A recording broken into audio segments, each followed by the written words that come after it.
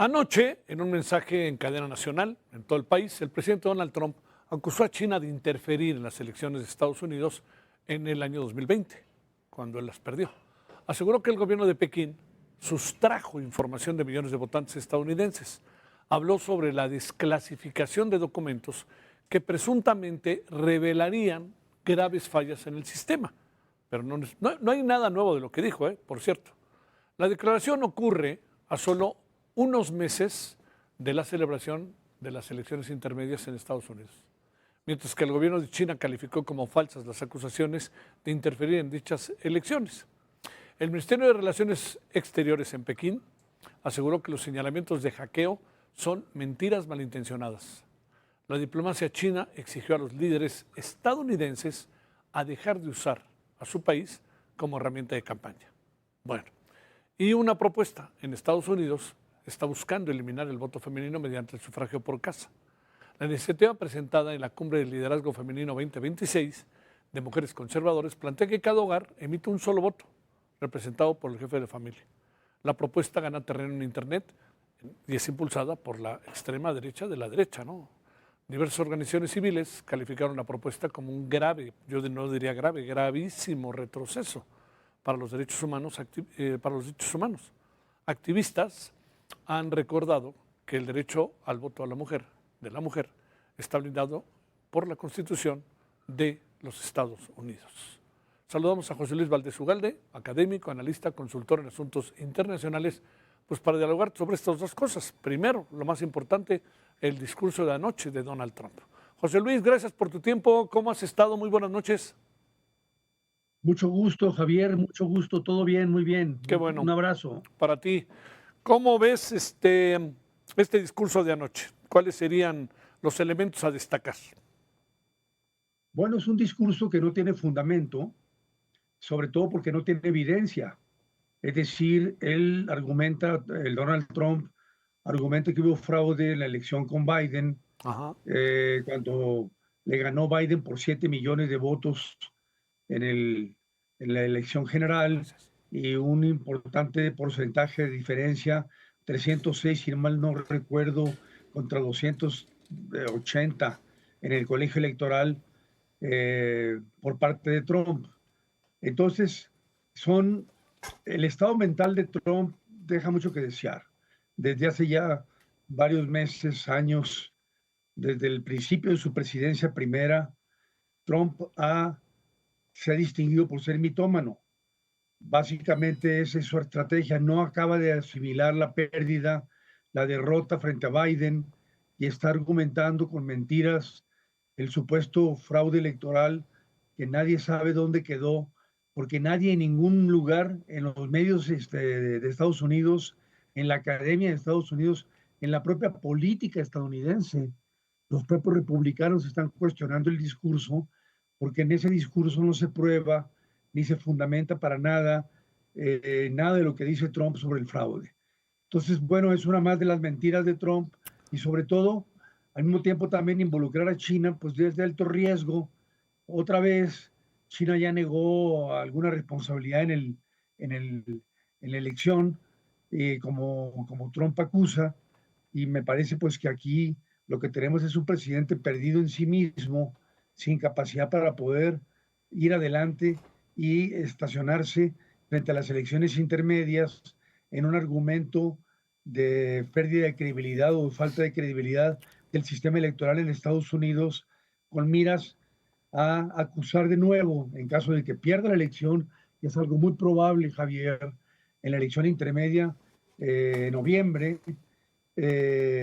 acusar que hubo fraude en contra del Partido Republicano y en contra de él por parte de los demócratas y de los actores oscuros que él acusa de haber intervenido en la elección. ¿Hasta dónde le alcanza un discurso como el de anoche, José Luis, a Donald Trump?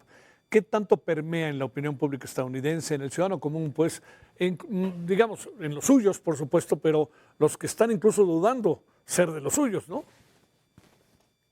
Yo creo que poco, Javier.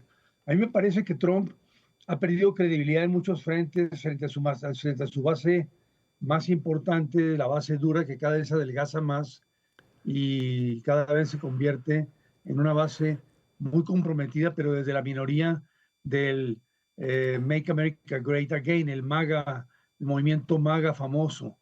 En ese sentido, a mí me parece que a reserva de poder revisar encuestas de opinión sobre el particular, lo que yo creo que está pasando es que la credibilidad de Trump entre sectores de población amplios en Estados Unidos, sobre todo con relación a este tema del fraude electoral, está muy baja. Entonces, seguramente algunos sectores van a pensar, en efecto, que hubo fraude del grupo de MAGA, pero me parece que ya son de cada vez los menos. Hay opiniones encontradas al respecto. Estaba yo revisando hace unas horas la información de la opinión pública estadounidense que no se convence para nada de que los argumentos de Trump sean creíbles y viables contra la información pues concreta y contundente que tiene que ver con la elección de Biden en su momento y con lo que viene en este momento.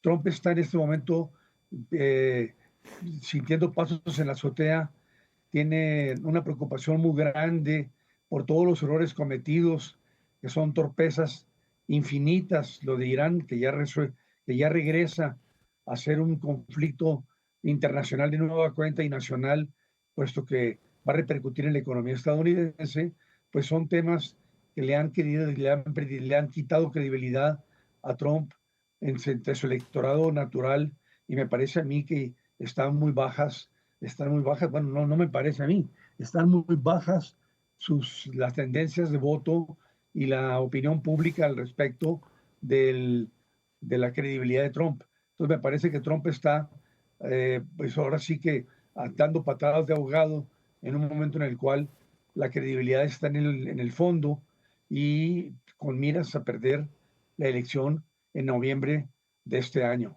Oye, déjame plantearte ahí algo, José Luis. Eh, ¿Puede costarle la presidencia una derrota en el Congreso? Que hay impeachment, sí, Sí.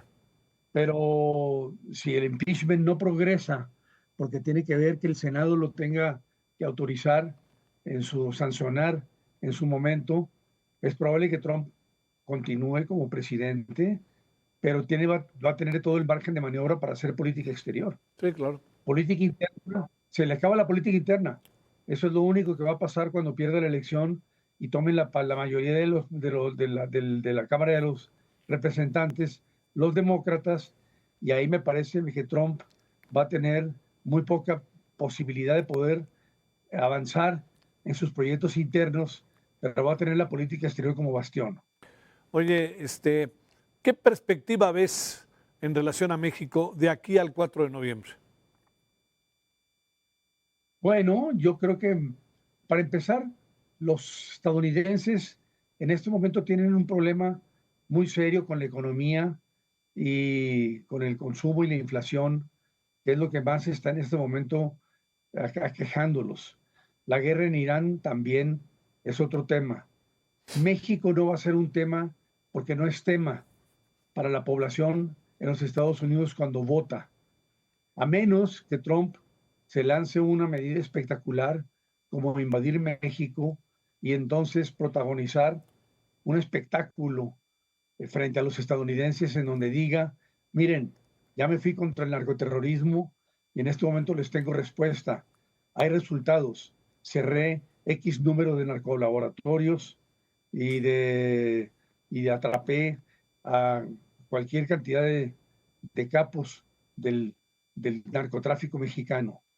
Eso puede repercutir favorablemente para él en la elección, pero yo creo que tiene margen de maniobra muy limitado para hacer eso, Javier, porque en este momento hay sectores dentro del aparato del Estado que rodea a Trump que están muy dubitativos con respecto a esa medida de invadir y de tomar una decisión militar en el caso mexicano, que a la larga puede traer repercusiones muy negativas para la cooperación bilateral en muchos frentes. ¿Qué tanto le sirve a la narcopolítica mexicana el querer detener a políticos de altos vuelos presuntamente ligados al narcotráfico, el caso Sinaloa, para poner el que está más a la vista, y ahora también el de Baja California, ¿no? Pues sí, ahí tenemos un factor muy importante de deterioro de las relaciones entre México y Estados Unidos, el factor Rochamoya y ahora las famosas grabaciones que se filtraron de la gobernadora de Baja California hablan mucho del deterioro que al interior del estado está ocurriendo, sobre todo una podredumbre que la presidenta no tiene capacidad o no tiene voluntad para poder reconocer.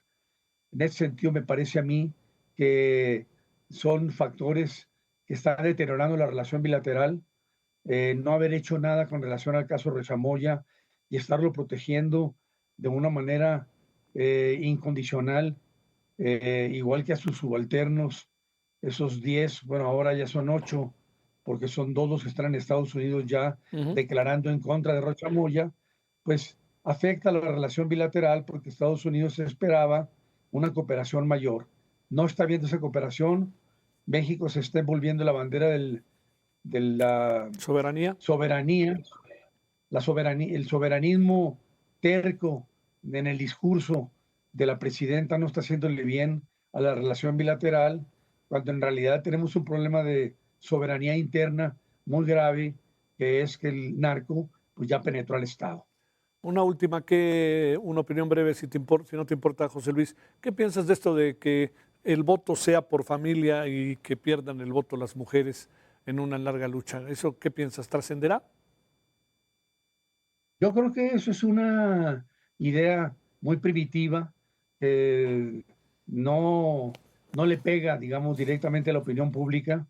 Después de más de 100 años de derecho de la mujer en relación con el derecho al voto, perdón, en Estados Unidos, no se puede pensar que esto vaya a ser algo que se niegue de la noche a la mañana. Es un sector muy minoritario de mujeres del movimiento MAGA que son retardatarias básicamente y contraproducentes, incluso para el propio Trump, cuando se trata de discutir la democracia electoral en Estados Unidos. No es un movimiento que vaya a avanzar, en mi opinión, me parece que va a fracasar y yo creo que son medidas o decisiones o puntualizaciones por parte del sector femenino que no van a ser apoyadas ni siquiera por el Partido Republicano. Te mando un gran saludo, José Luis Valdés Ugalde. Que tengas buen fin de semana. Gracias, como siempre, por tu tiempo. Igualmente, Javier. Órale, que descanses. Un abrazo. Gracias, un abrazo para ti.